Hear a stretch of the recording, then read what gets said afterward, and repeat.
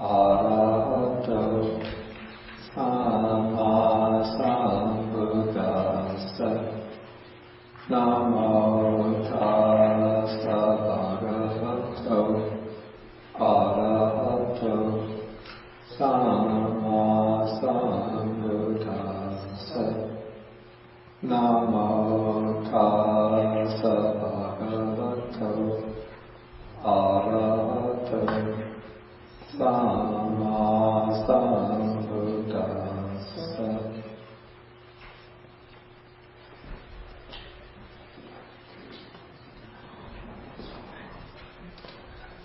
Okay, good morning everybody. Okay, today we will be taking for study Sutta number 38 in the Middle Life Discourses. This is called the Greater Discourse on the Destruction of Craving, Mahatanhasankhaya Sutta. Now, this is one of the most important of the Buddha's discourses for understanding pernicious, one of the key teachings of the Buddha. Sometimes it's presented as the essential discovery of the Buddha at the time of his enlightenment. And this discourse also has important things to teach about the nature of consciousness. Okay, the sutta begins, we're on page 349. The sutta begins when a certain monk whose name is Sāti gives rise to what is called a pernicious view, or a wrong view. And his view is that, he says, as I understand the Dhamma taught by the Blessed One, by the Buddha, it is this same consciousness that runs and wanders through the round of rebirths, that is through samsara, not another. So the exact words that he uses here are very important. What he's saying is that it is the same consciousness that wanders through the round of rebirths. And so basically his view is that consciousness is one single entity that always remains the same, and this entity called consciousness, remaining the same, moves from life to life through the round of rebirths. And so his view is it's very similar to the view of Brahmanism, or what's later called Hinduism, the view that there is some kind of entity called the self, the Atman, that remains the same and moves from life to life. There is an important Hindu work called Bhagavad Gita, which uses the simile of a man who might have several suits of clothes. And so this person, one part of the day, will put on one suit of clothes, then take off those clothes, put on another suit of clothes, change those clothes, put on another suit of clothes. So the person remains the same, but it's just the clothes that are different. And so according to the Bhagavad Gita, it is the Atman, or the self, that always remains the same, but it is just the bodies that the self puts on that are different. So the self takes up one body, wears it for the whole course of a lifetime. When that body dies, the self gives up the body, takes on another body, and in this way it always remains the same, just changing its bodies. And so the view of Sāti is very similar to this. Okay, so now Sāti is probably going around telling others about his understanding of the Dharma. And then a number of the other monks hear about this. And first they ask Sāti, is it true that this is your view? And so Sāti says, that is the case, friends. As I understand the Buddha's Dharma, it is the same consciousness that runs and wanders through the round of rebirths, not another. Okay, the monks, those monks who understand the Buddha's teaching correctly, by questioning him and cross-questioning him, they try to get him to give up that view.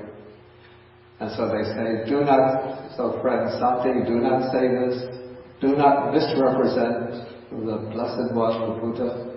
It's not good to misrepresent the Blessed One. The Blessed One would not speak thus, for in many ways the Blessed One has stated that consciousness is dependently arisen, since without a condition there is no arising of consciousness. So the monks are saying that it can't be the case that it is the same consciousness that wanders unchanged from life to life, because consciousness always arises through conditions. We'll see the full implications of this a little bit later. But now the monks persistently try to persuade Sāti to give up that view, but instead of giving up the view, he just goes on adhering to it. The text says he obstinately adhered to that pernicious view and continued to insist upon it. So this is very much like ourselves. Sometimes we get into an argument and somebody tries to persuade us to give up our opinion. And even though the person might have good arguments against us, but do we give up our view very easily? What do? Sandy? You obstinately adhere to it and insist on it, right? What? Sometimes I will insist. Sometimes you insist. Okay, so what happens after the monks try again and again to convince him to give up the view, at a certain point they find that their efforts are futile, and so the only thing they have left to do is to go to the Buddha and report the matter to the Buddha. And so the Buddha, when he hears about this, he doesn't just immediately start to blame Sāti, but first he calls Sāti to his presence.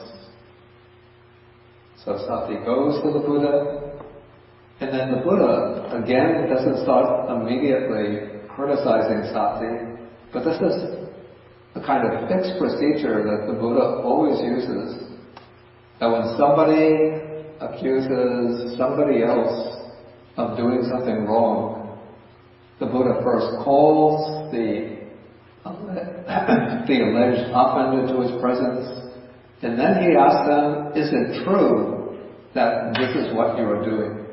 So before the Buddha will criticize a person, he wants to get the person himself to admit what he's doing. Okay, so now I'm in paragraph 5 on page 350. So Sāti comes to the Buddha's presence, sits to one side, and the Buddha then asks him, Sāti, is it true that the following view has arisen in you? As I understand the Dharma, it is the same consciousness that runs and wanders through the round of rebirths, not another. Okay, Sāti admits this. Again, the Buddha doesn't immediately criticize him, but the Buddha wants him to clarify his understanding. Because he might have understood it right, but just is getting the wording wrong. So the Buddha asks him, what is that consciousness, Sāti? Then Sāti says, it is that which speaks and feels and experiences here and there the result of good and bad actions. Okay, so here, at this point, Sāti is making it very clear that very explicit that his view of consciousness is virtually identical with the Brahminic view of the self. According to Sāti, consciousness is what speaks, what acts, and also experiences the result of actions, of karma. So consciousness creates karma, and it is the same consciousness that experiences the results of karma.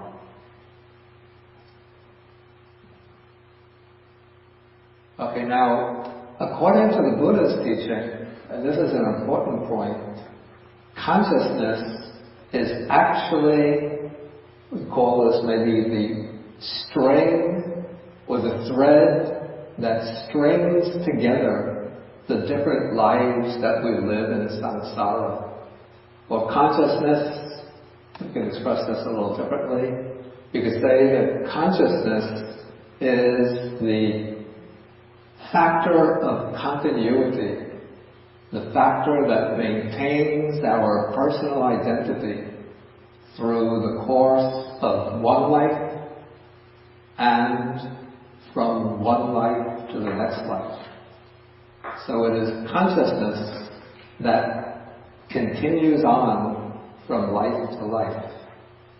So the Buddha doesn't teach that consciousness comes to a complete end with the death of the body, but rather consciousness goes on evolving from life to life. But according to the Buddha's teaching, consciousness is not a single entity. Rather, what the Buddha teaches is that consciousness is a process, a continuum, a stream of events, or we could say it's a sequence of individual occasions of consciousness. So at one moment consciousness arises, passes away, followed by a new occasion of consciousness which arises and passes away. And that is followed by another occasion of consciousness, another,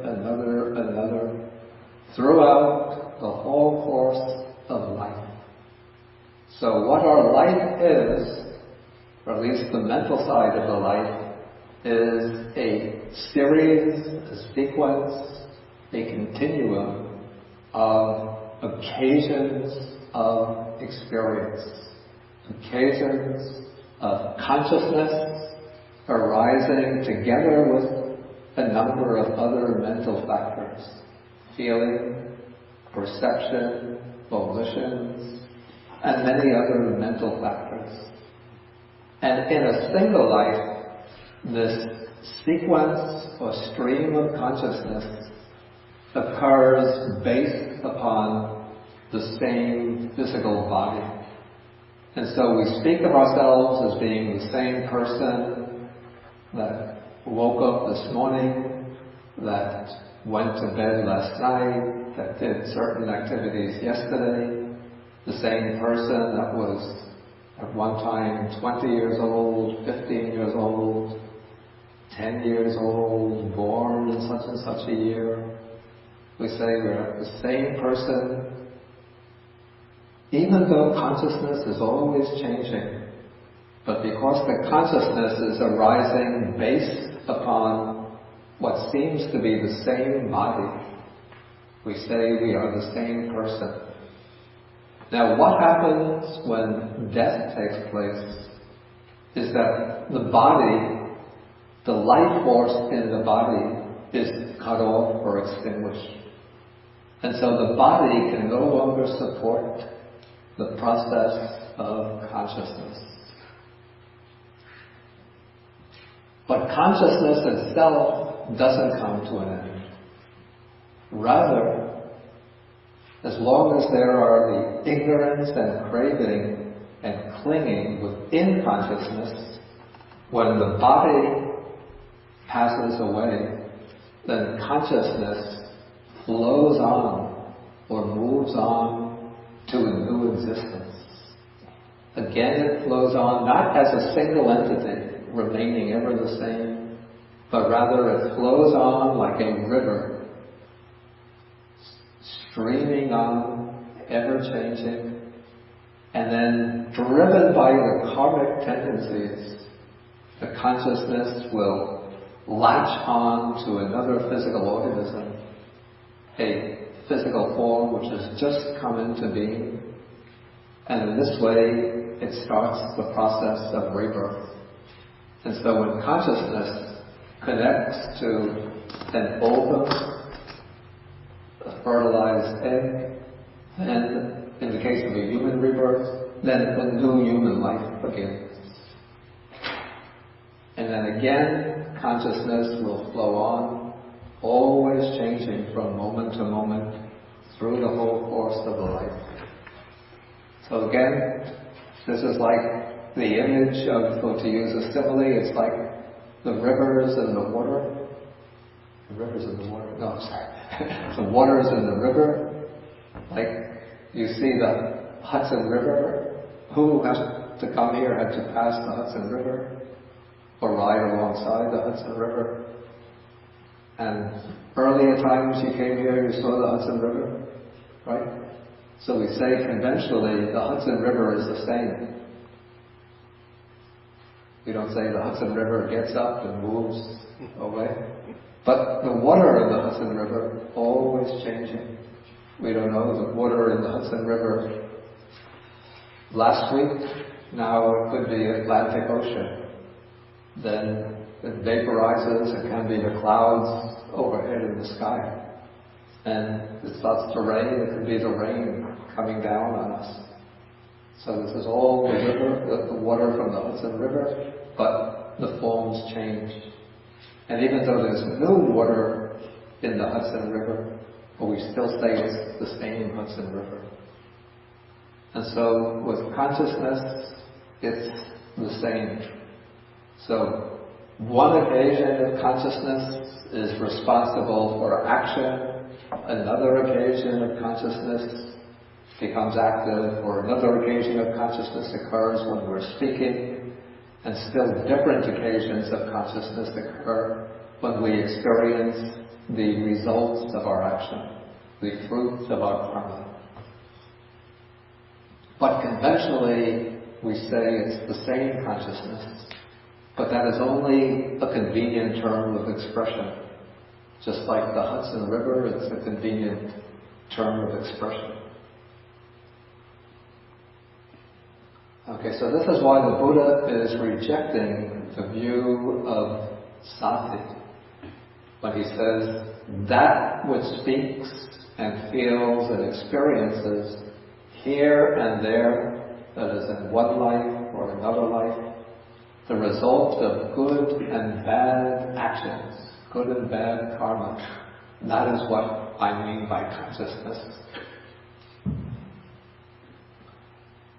Okay, now the Buddha starts to reproach or reprimand Sāti. And as Andrea pointed out last week, sometimes the Buddha can be pretty tough, you know. We shouldn't have an image of the Buddha as being this always the nice, smiling guy who says, whatever you do, it's okay with me. But he can really be a little bit frightful, you know. If somebody says this to me, the Buddha is over in the big Buddha hall, would you like to go to meet him? And I think about all my faults, all the bad things I've done, that I think why don't you make an appointment for me for next week?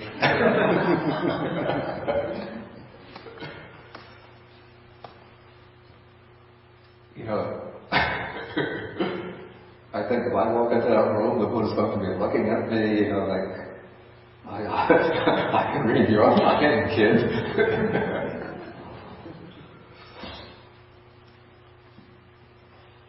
Okay, so the Buddha says to him, misguided man, to whom have you ever known me to teach the Dhamma in that way? Misguided man, please, Bhante.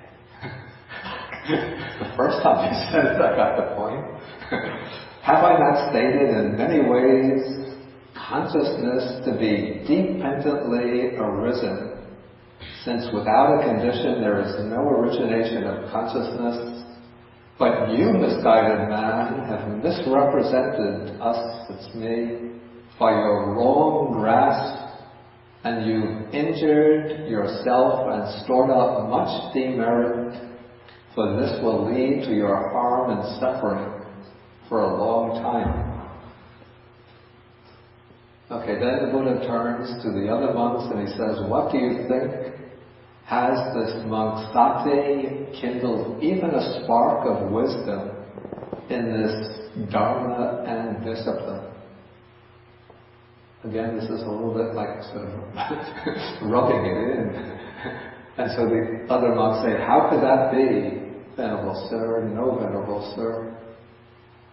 Okay, then Sāti now feels somewhat humiliated, dismayed. He's sitting there, unable to respond.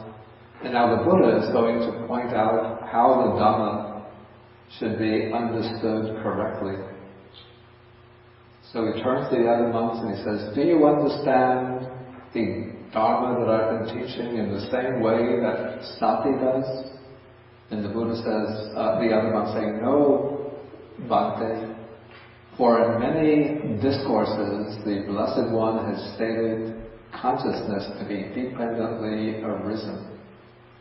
Okay, then the Buddha repeats the same point. But now we get into the real heart of the sutta. Now the Buddha is going to show how consciousness is dependently arisen. And the word that's used here for dependently arisen is paticca samuppanna. This is the past participle form based on the noun paticca samuppada.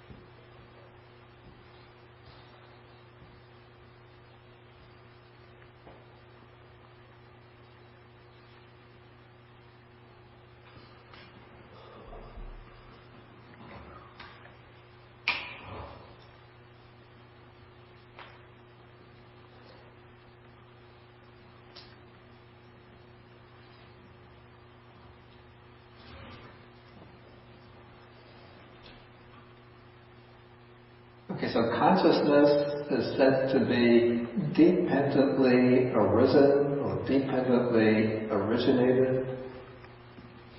And that is because consciousness always arises based upon particular conditions. And usually the texts speak about two primary conditions for the arising of consciousness. These two primary conditions are called in Pali ayatana, which means base or basis. And there are two kinds of bases, the internal base and the external base.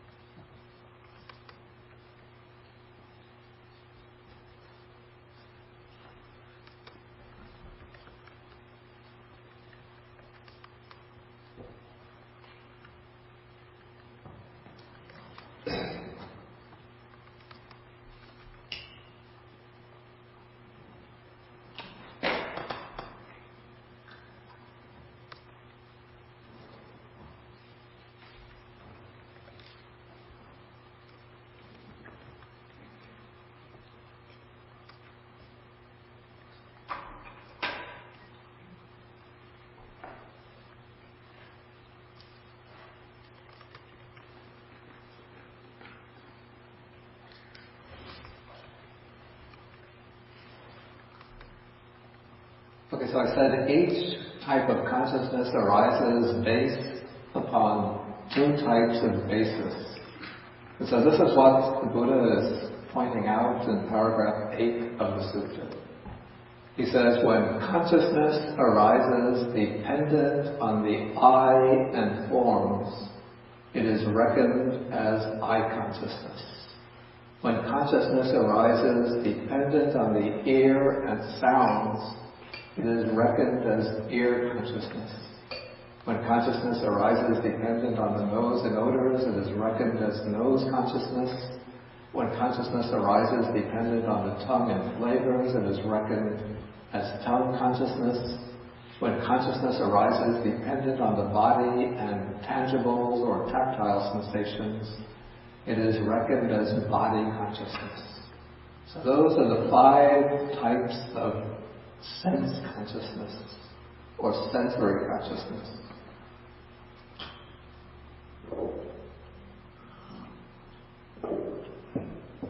And so the I is the base for visual consciousness. So the type of consciousness arises based on the I, and that type of consciousness sees visible forms. What it does, that type of consciousness, is to open up the whole field of awareness through the I, so that we can perceive or cognize visible forms through the I. And similarly, with the ear consciousness arises based on the ear, and it opens up the whole field of sounds to cognition by ear consciousness. And so for the other 3 types of sense consciousness. Each type of consciousness arises exclusively based on its own sense faculty, and each of these 5 types of sense consciousness has only one kind of object. Eye consciousness doesn't hear sounds. Eye consciousness doesn't taste flavors. Like maybe you look at a meal put out before you, and by looking at it, you think you can taste the flavor of, ice cream or cake, whatever. But that's just imagination. But what you're actually doing is seeing colored forms with the eye. Okay, and that's the same with each of the other types of sensory consciousness. Each is sort of uniquely attuned. Each type of consciousness arises exclusively through its own sense base, its own faculty, and each is uniquely attuned to its own type of object.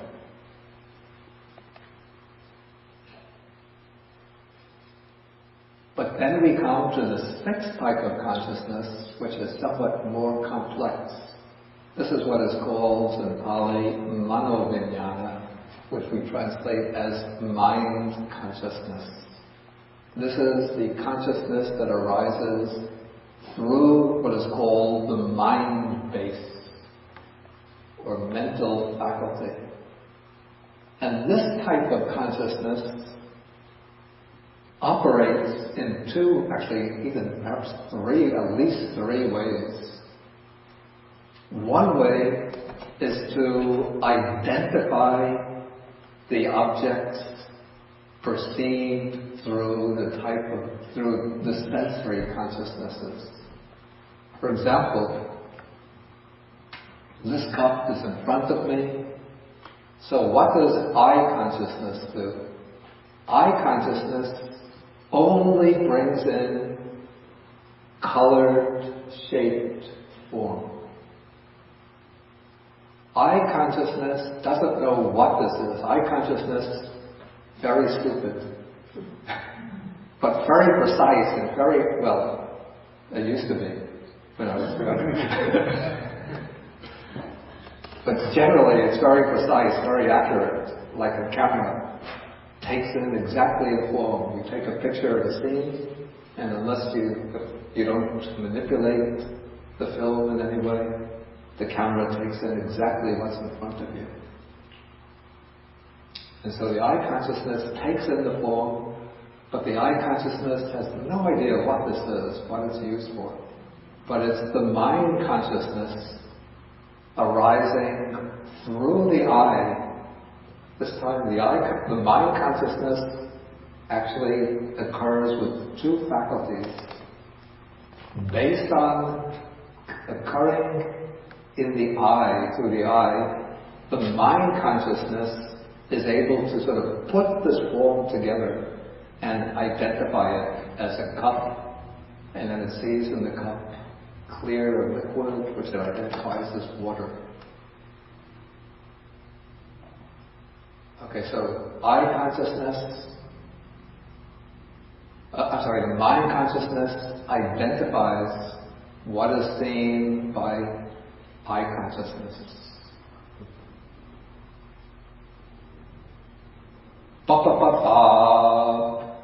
What is that? Did the ear consciousness know that? No, but my mind did. So, if you didn't have ear consciousness, would you have been able to say Beethoven's Fifth? What? Yeah, of course not. You have to say, certainly not. Never memorable, sir. If all the senses are allotted consciousness, What are perceptions? That's the mind object. Okay, let's put that question aside for a moment. Just get into first let's deal with the different types of consciousness.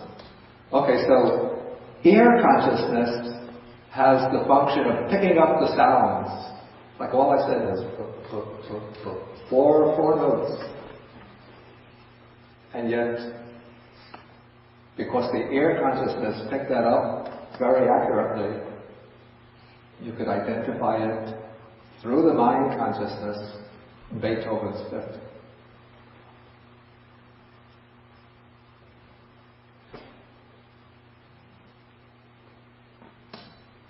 Similarly, when somebody is cooking, you go into the kitchen, what's for lunch? You smell, and then you know what's for lunch. You identify based on the smell consciousness. So what identifies is mind consciousness. Somebody gives you something to eat. If you're blindfolded, identify it. Just based on the tongue consciousness, you can identify what that is. Similarly with tactile sensations. Okay, so one function of the mind consciousness is to identify things seen, heard, and so on through each of the individual types of sense consciousness. Another function, a second function of the mind consciousness is to synthesize sense data coming from the other types of sense consciousness in order to form a composite picture of an object. Even the word picture, in a way, biases the idea towards visual object. Let's say, to form a concept of the object. And so I say in front of me, let us say, a round, oval object with a reddish surface, little specks of green, a stem coming out of the top, and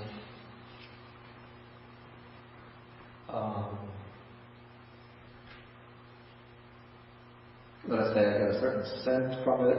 Suppose it's been cut up into pieces, a certain scent comes, and then I associate the form, the scent, with certain memories, and then that comes to the idea of, I come up with the idea of apple, pieces of apple. So here, mind consciousness is putting together the number of sensory objects to get a picture.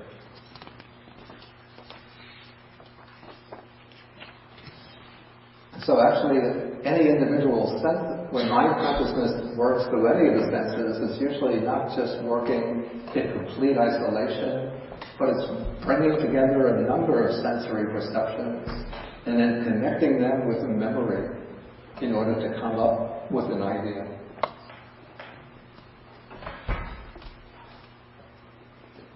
Okay, the third function of the mind consciousness is to deal with a class of objects of its own.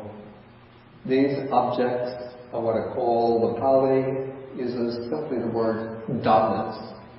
We might translate this as mental phenomena. So these are things that appear exclusively to the mind, not based on the senses. So we can have ideas, abstract ideas, general ideas. We can perform, say, mathematical operations. We make inferences, deductions. We do use logical reasoning. We have memory images. We have imaginary ideas. So a whole complex mass of objects that are purely mental, not coming in directly through any of the senses. And so these are all called dhammas, mental phenomena, and those are the objects of mind consciousness. And the mind consciousness is said to arise dependent on the mind. There's actually a lot of disputes among Buddhist scholars. What is meant by mind independence upon which mind consciousness arises? It's not a physical organ, but it is considered to be like a subtle, the general opinion that this is the subconscious flow of consciousness. Then, based upon that, the mind consciousness arises, the active mind consciousness. And it takes the purely mental objects as its objects, special objects. Okay, so those are the 6 classes of consciousness. Then Richard raised the question just a few minutes ago, where does perception fit into the picture?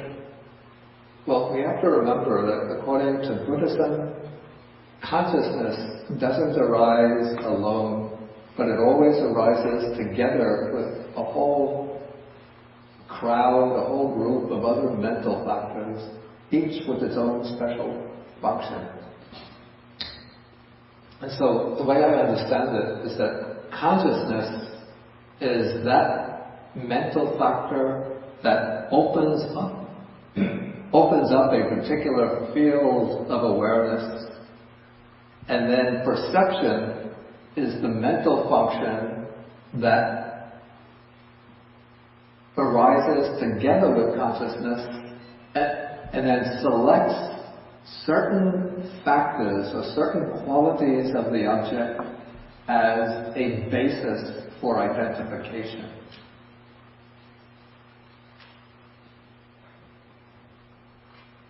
So, when I see, say, this pair of glasses, then it would be eye consciousness that brings in the form. It will be mind consciousness that sort of generally identifies these as glasses, but it is perception that has selected certain features of this object, that has selected a particular type of frame, particular type of, what do you call these? Aren't they called bows? Or the earpieces? Earpieces. Flows? Bows. Bows. B-O-W-S, I think. Oh. Okay. The bows or handles. And this is All these things that I use. Retainer. This is a retainer.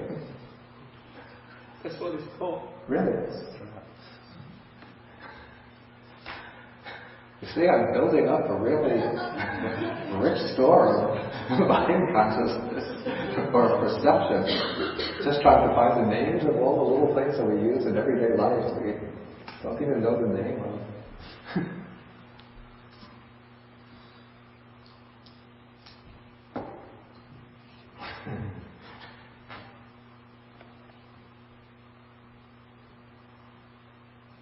Okay, so it's perception that selects these features, and so selecting those features, when I see these glasses someplace else, maybe on my lunch table or in the desk in my room, then I can identify this as being my glasses. So it's perception that selects particular features to identify things, and that serves as a basis for recognition. But we shouldn't, it's a kind of mistake to try to separate consciousness and perception, to put a very sharp wedge between them, thinking that perception does this and consciousness does that, because they work very, very closely in very, very close association.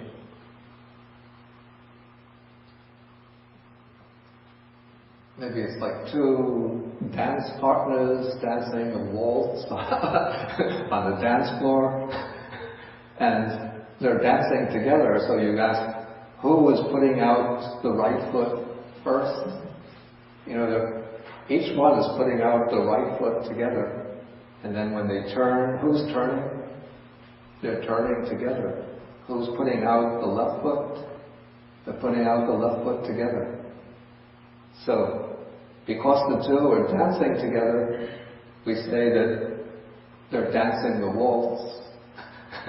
But we shouldn't think because they're dancing together, therefore the two are one.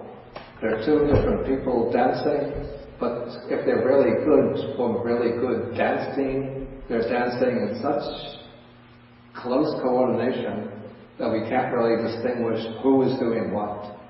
They're just doing everything together in perfect harmony. So this is the way perception and consciousness work together. Okay, then to illustrate the way consciousness works, the Buddha uses the simile of a fire. Okay, just as fire is reckoned by the particular condition dependent on which it burns. This must have been different. There must have been very precise ways of speaking about fires in India. Nowadays we just speak about fire. But it seems in India they had different expressions for different types of fire. Are you, Taru? You a Hindi speaker? Do they have different expressions in Hindi for different types of fire? Yeah, fire that is in the kitchen and differently in the fire that is in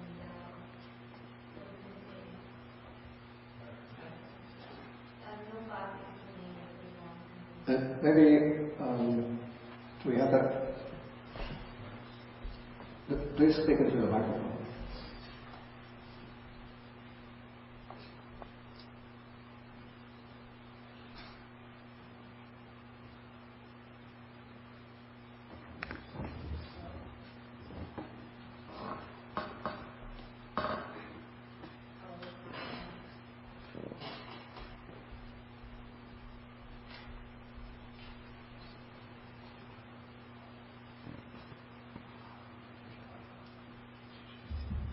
Yeah. Okay, now it's working. Yes. Yeah, they do have different names for the fire that's in the land versus the fire that's in the kitchen versus the fire that's used for doing what they call it yatnas in Hindi. You know, the fire that they burn when they are performing rituals. Mm-hmm. So there's different names for all those Okay. fires. Okay, so it seems in the Buddhist time they had very precise names for different types of fires. So when a fire burns dependent on logs, then it's called a log fire. When the fire burns dependent on faggots, it's called a faggot fire. When the fire burns dependent on grass, it's reckoned as a grass fire. When it burns dependent on cow dung, it's reckoned as a cow dung fire. When it burns dependent on chaff, that's the discarded sort of hulls from the rice and other grains, it's reckoned as a chaff fire. When fire burns dependent on rubbish, it's called a rubbish fire. And so consciousness is reckoned by the particular condition dependent on which it arises. Then he repeats the same thing. Okay, now this might give rise to interesting question. So you might try to overturn the Buddha's position here and say, okay, fire depends on its condition.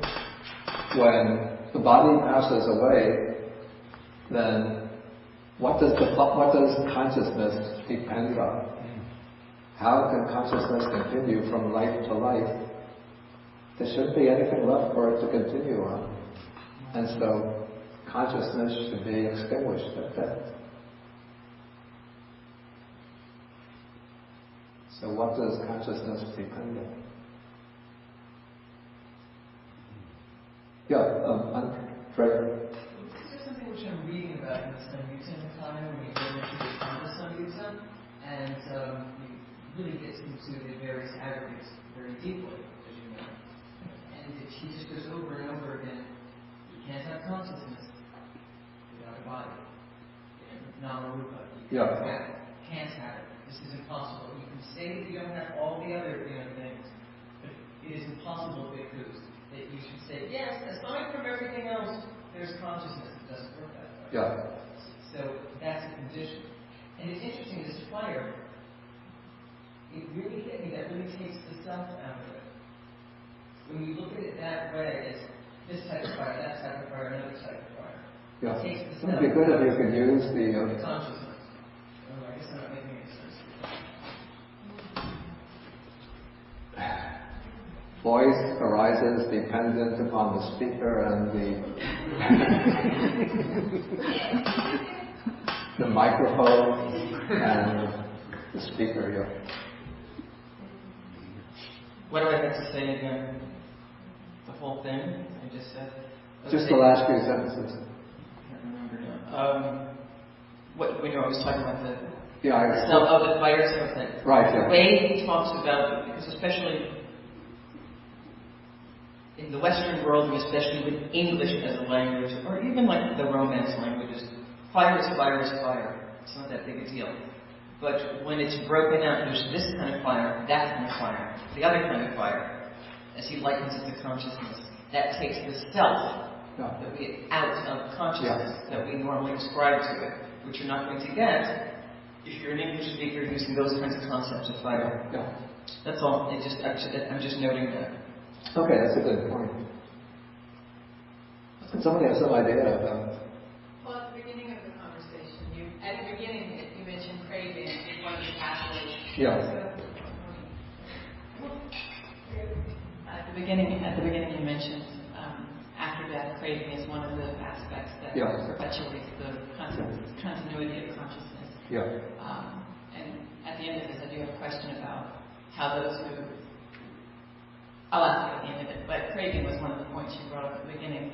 To your point about fire names, in our English language, we do have different. We bifurcate and split down other types of nouns. So we have an ability to reference, like the Inuit have multiple words for rain because of the waves of rain. So we have that in English, just perhaps not for fire. We have, as you can see in the holiday selection of Hallmark cards, different forms of love and well-wishing, so we can understand multi-nouns. But anyway, I'm only responding mechanically at the beginning of the talk, and this is a curious point for me, the maintenance of continuity of consciousness via craving. Yeah. Yeah, we have many, many different flavors of ice cream. Whereas maybe in other countries you have chocolate, vanilla, and strawberry. Yes, 70% 39% chocolate? I mean, You guys say that?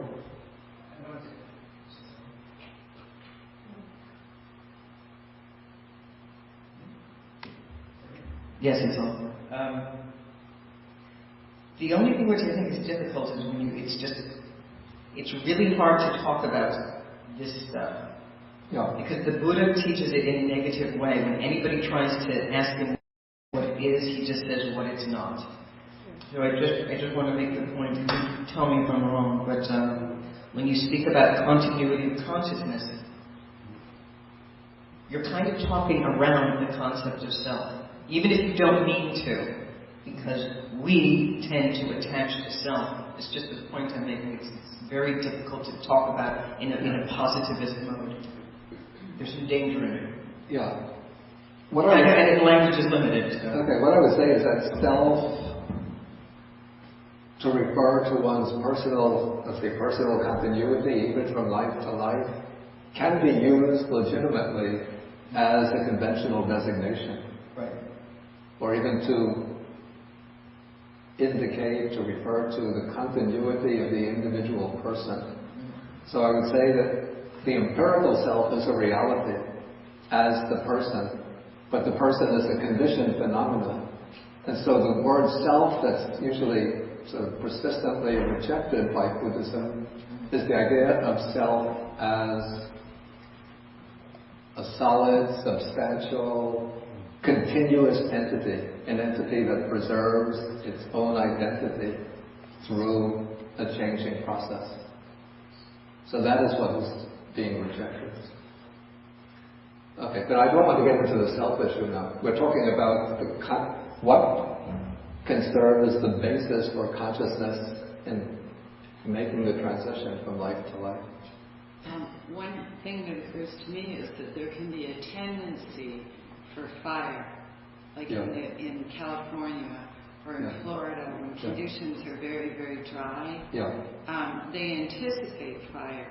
And in the same way, with consciousness, when the body dies, there can be a karmic tendency towards more fire. Just like, because this is widely done and it's very impersonal. But they just know when the conditions are very, very dry and the weather gets hot and there are lightning storms, there will be fire. Actually, that's a very interesting point. Actually, it's spontaneous combustion. So conditions have created the likelihood that fire will continue. So there's actually a possibility. Now, when I raised that question, what provides the basis for continuity of consciousness, one doesn't find a clear answer in the suttas. And so what you just brought up is a third possibility compared to the two that I had in mind, which is an interesting one, that consciousness goes into a state, call it abeyance or suspension or like almost a hibernation. Right. Looking for conditions. So it's not actually looking because it's not sort of active, but just it's there as a potential. And when the conditions, the right karmic conditions appear, then the consciousness will arise. That's a possibility I didn't think of. But let me first go through the two positions that have emerged within the Buddhist tradition. Okay, one position, this is the sort of orthodox Theravada position, sort of defended by the commentaries based on the Abhidharma. And this is, and several other Buddhist schools also accepted this position, that there is no actual break from one life to the next, but that rebirth takes place instantaneously after death. So one moment there's a death consciousness, person dies, the next moment the rebirth consciousness springs up. And then the life process starts again. And so there's no time, no occasion when consciousness is not in some kind of embodied form, arising and functioning actively. Okay, let me go through both positions first before I take other comments. The other position which was accepted by some of the other early Buddhist schools, and then sort of developed in Tibetan Buddhism. And this is the idea that there is a period or phase between two existences when consciousness is not yet fully embodied, fully incarnated into a sentient being, but the consciousness is continuing in some kind of, the Pali and Sanskrit uses the expression antarabhava. Antarabhava.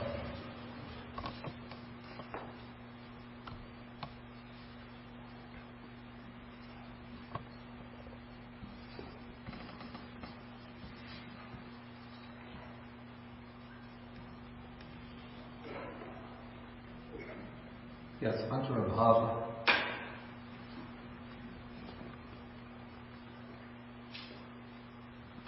Intermediate state.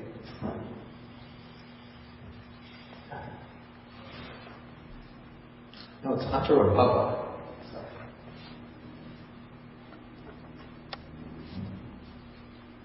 No, I don't remember where it's from. Antarabhava.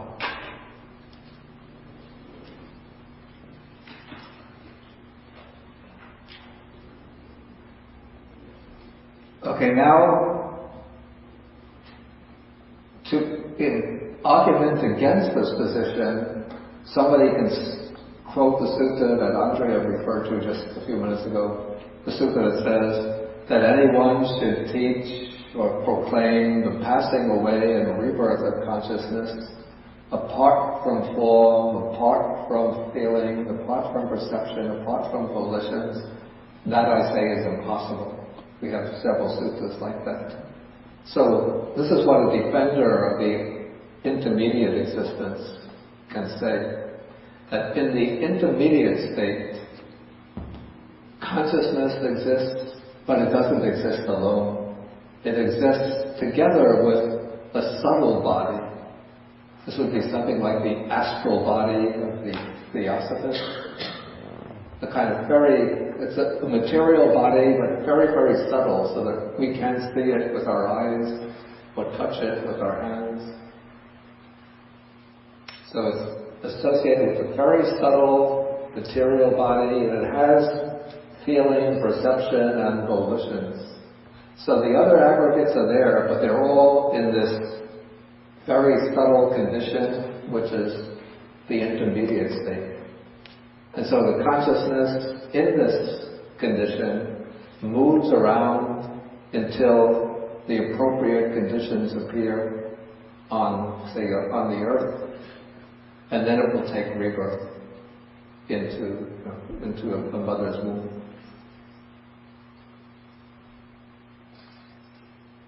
So that's the possibility. So actually we have three possibilities here. You can found Tracy, you can come to this school of Buddhism.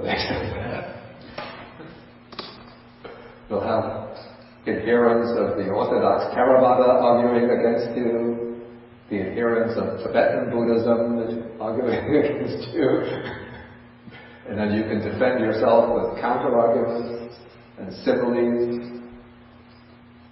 Okay, so the three positions: immediate rebirth, right after death, instantaneously. Second position, intermediate state, in which there's a very subtle personality made up of five aggregates, sort of moving around until conditions appear for rebirth to occur.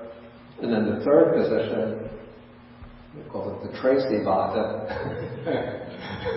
is that consciousness sort of goes into a state of suspension or temporary cessation until the conditions appear, the right karmic conditions, and then it arises again. Okay. You roll.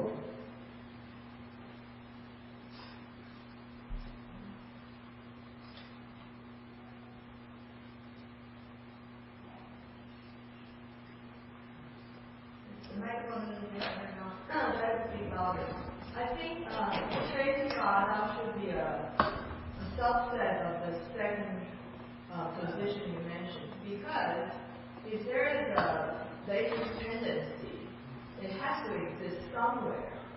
It doesn't exist nowhere. So it has to be based on something. And so it's either the subtle state or the antarabhava. It has to be somewhere. There's no it. You're still thinking of a self to exist or not exist. That's the crux of all this. Because you're replacing it with a tendency. So where does that tendency lie? Where does it lie? When conditions are right, it arises. It's like the fire analogy. Yeah. Fire blows out. Where do you say it goes? That's like a famous question that Tracy. Yeah, but then you're talking about consciousness. No, I still see a difference between the two positions. In what we call the Sarvastivada position, or let's call it the intermediate state existence, the consciousness is still there, it's still functioning. From our human point of view, it's gone into suspension or hibernation. But from its own perspective, this being who has passed away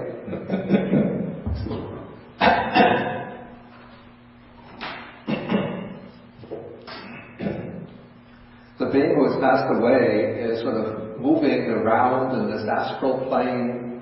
The being is conscious, aware of things that are going on Earth. It's just that from our point of view, we can't see that being, we can't touch it, can't communicate with it. But isn't that similar to the Brahmanic idea of Brahma?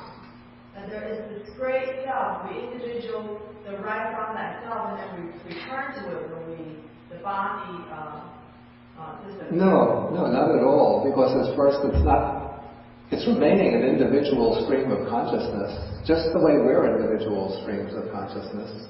How is it preserved as an entity? It's preserved through, it's connected to a body, there's a physical body there. Here goes the subset of the second position. It has to exist somewhere.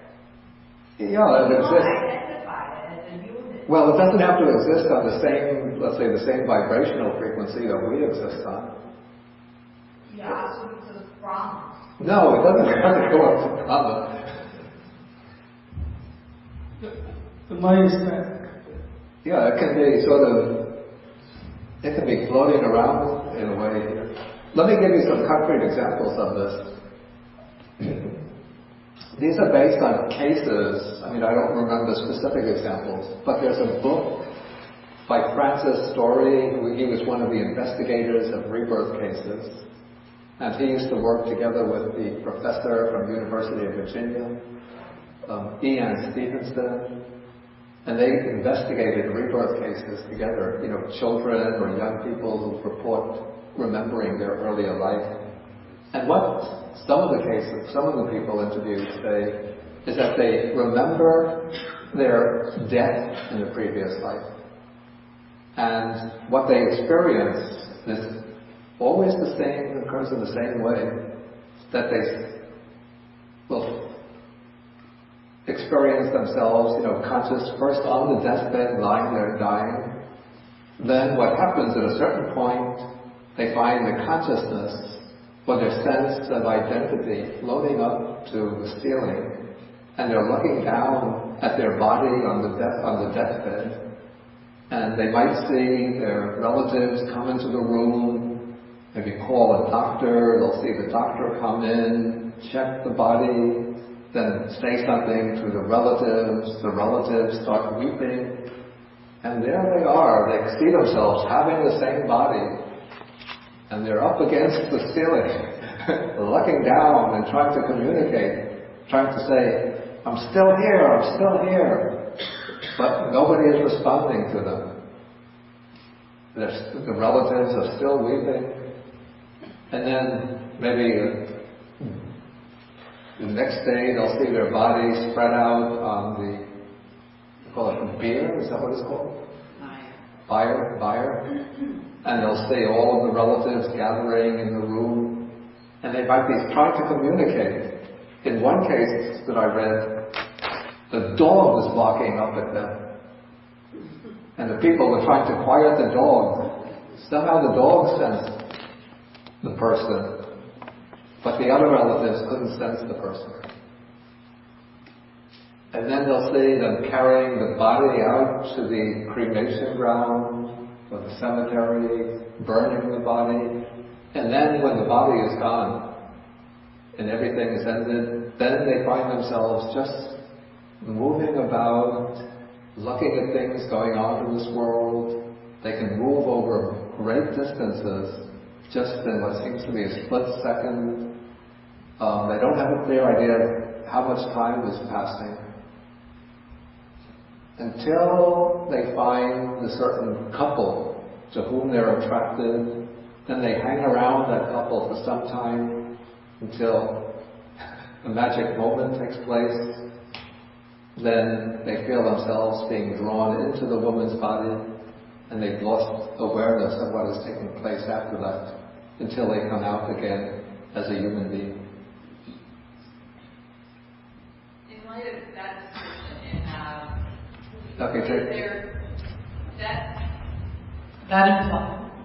that implies that your consciousness, I consciousness, even feeling consciousness, exists without ear, without eye. No. Because the body is now defunct.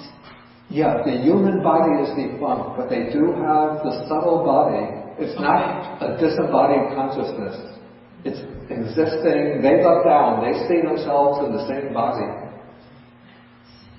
And so they have a kind of eye which is able to function. At least, okay, I haven't done any vivisection or dissection under any of the functions. So I can't speak about how their optic nerve is functioning, what parts of the brain are being activated. What is the, I don't know if this is the appropriate time to ask them, by what way, if there are ways by which a normal or a non-elevated being, for lack of a better word, arhat, I don't know what it actually means, other than it's a pretty elevated person in consciousness terms, maybe, avoiding firm sense of self. I'm using conventional speech in here. What are the evidence? What is the way by which such a being that wishes to return and save all sentient beings? What is the pathway by which, after death, that being routes itself back into sentient being? How is that described? Because that might help me flesh out the picture. Okay, this isn't described in the early suttas, but this is the way the Mahayana, the Bodhisattva ideal came to be developed in Mahayana Buddhism. Okay, in this account, somebody who aspires to follow the Bodhisattva path makes a vow, or sometimes several vows, which sort of become one of the bases of their spiritual life. And then as they go on cultivating that vow, it gets stronger and stronger. And so maybe not in this life itself, but as they go on, let us say the vow will tend to connect them to situations where they can continue to practice the Dhamma. And the vow will tend to be reactivated life after life by meeting with the appropriate conditions. Okay. If they go on cultivating and strengthening that vow and developing all their other spiritual faculties, they can reach a point where, if they wanted, they can achieve liberation.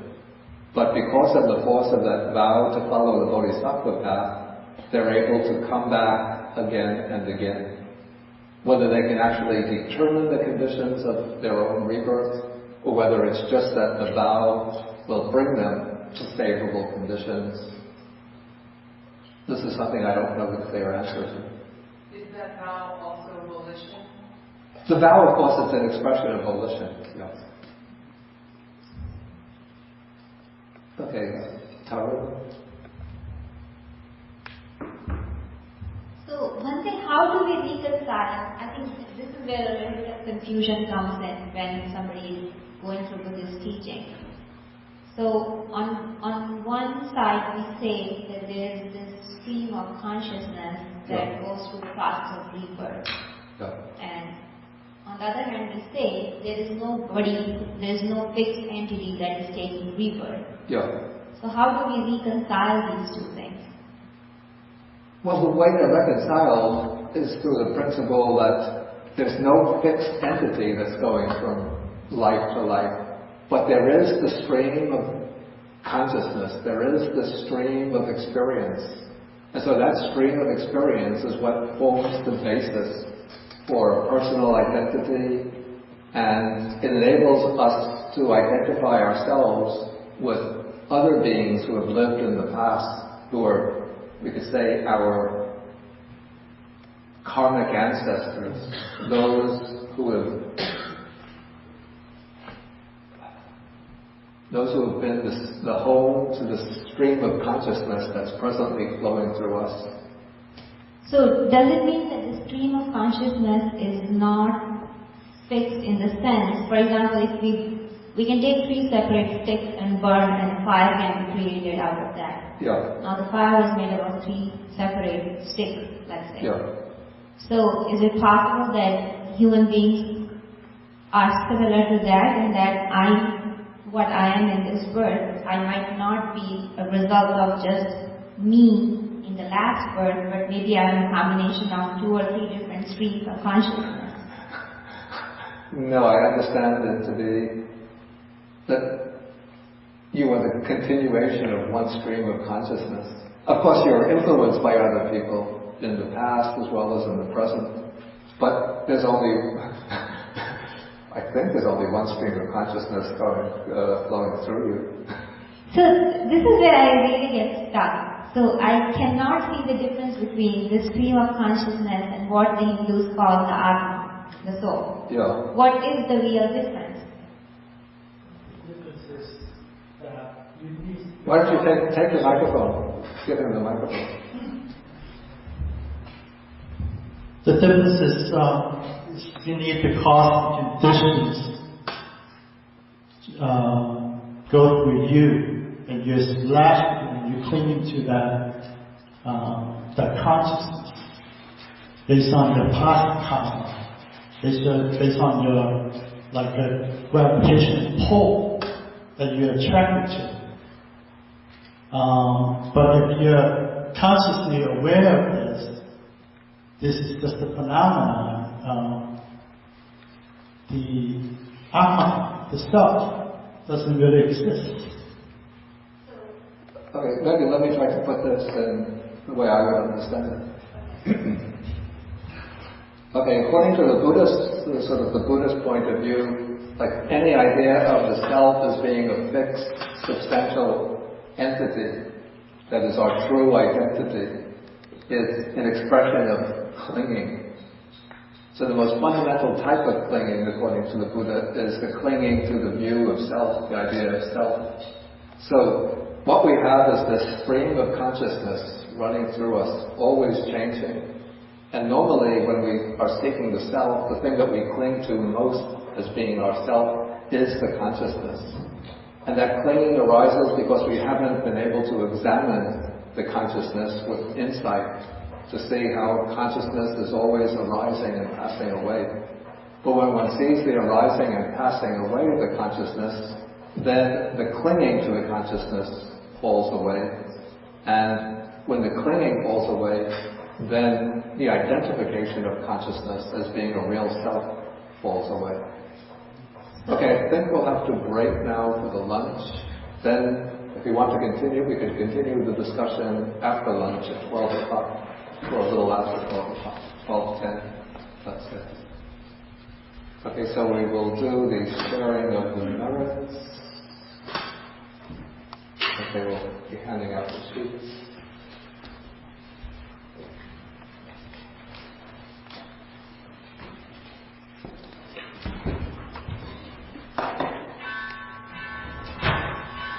Okay, then I'll be having the class next week. Next week is September 25th.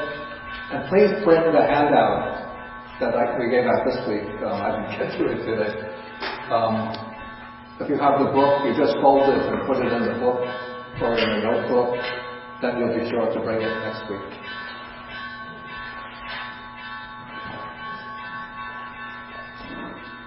Okay, so let us end by sharing the merits.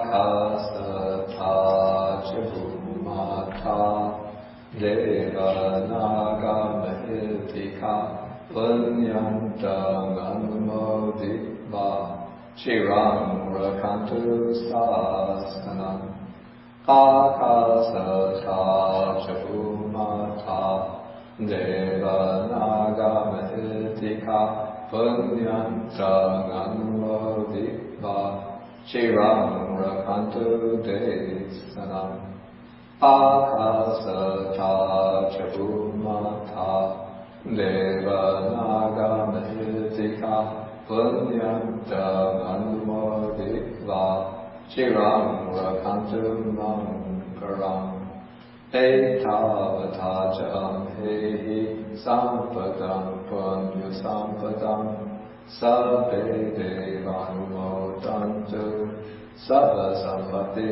Siddhya Ekavata Amhi Sampadam Punya Sampadam Sabbe Bhutanumodantu Sabba Sampati Siddhya Ekavata Amhi Sampadam Punya Sampadam Sabbe Satanumodantu Sabba Sampati Siddhya Bhavagupadaya Vichetato Etantare Satakaya Papanna Rupya Rupicha Sanya Samino Tukha Pamuchantu Kusantu Nibhutini.